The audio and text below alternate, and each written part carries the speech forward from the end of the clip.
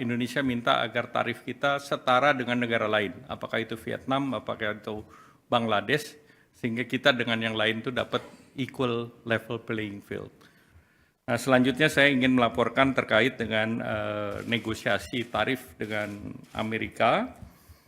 Dalam negosiasi tersebut, kami bertemu dengan US Trade Representative, Secretary Commerce Besen, Secretary Commerce Lutnick, Secretary Treasury Besen, ketemu dengan Direktur Nasional Economic Council, dan juga dengan beberapa dari negara lain, antara lain pertemuan secara virtual saya dengan Menteri Luar Negeri Australia, Don Farrell, Menteri Trade dan Industri Korea Selatan, Mr. Degen An, dan juga bertemu dengan beberapa perusahaan semiconductor Amerika seperti Semiconductor Industry Association, United States ASEAN Business Council, United States Industry Indonesia Society, ada Asia Group, Amazon, Boeing, Microsoft, dan Google.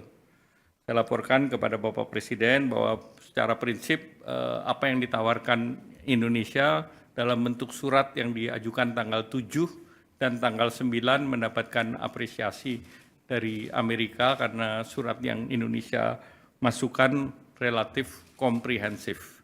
Jadi tidak hanya bicara mengenai tarif, juga bicara mengenai non-tarif tarif, dan juga mengenai rencana Indonesia menyeimbangkan neraca perdagangan.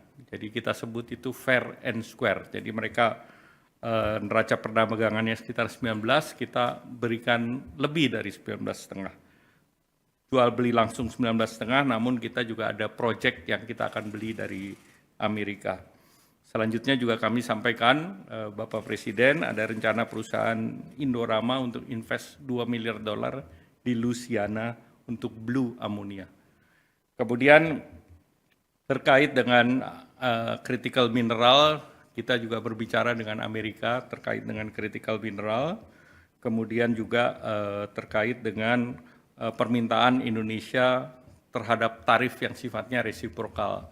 Artinya untuk komoditas-komoditas utama Indonesia yang ekspor ke Amerika, Indonesia minta agar tarif kita setara dengan negara lain, apakah itu Vietnam, apakah itu Bangladesh, sehingga kita dengan yang lain itu dapat equal level playing field. Nah, kemudian tentu ada hal-hal lain yang sifatnya teknis seperti kerjasama pendidikan, sains, itu juga kita terus dorong. Dan dalam posisi ini USTR apresiasi posisi Indonesia untuk terus berdialog dengan mereka. Kemudian Amerika Serikat menugaskan USTR untuk berunding dengan Indonesia. Indonesia sudah menandatangani non-disclosure agreement. Artinya apa yang sedang kita bahas itu hanya untuk dua belah pihak. Kita tidak publish ke masyarakat ataupun ke pihak lain.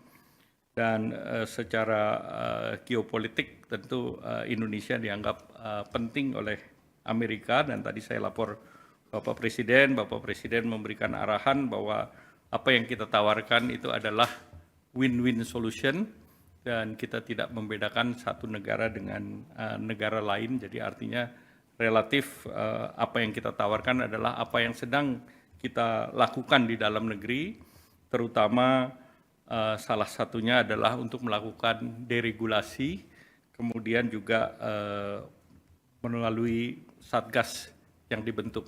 Tadi Bapak Presiden sudah menyetujui ada 3 Satgas yang dibentuk, yaitu pertama untuk tindak lanjuti perundingan investasi, yaitu Satgas Perundingan Perdagangan Investasi dan Keamanan Ekonomi. Dan ini Bapak Presiden sudah setujui. Yang kedua, Satgas yang sudah siap, yaitu terkait dengan perluasan kesempatan kerja dan mitigasi PHK. Dan yang ketiga, Satgas mengenai deregulasi kebijakan. Nah, tentu yang lain terkait dengan Satgas peningkatan iklim investasi dan percepatan perizinan berusaha. Nah, dengan Satgas dan perundingan ini diharapkan Indonesia bisa dalam posisi untuk mempercepat perundingan dengan Amerika Serikat.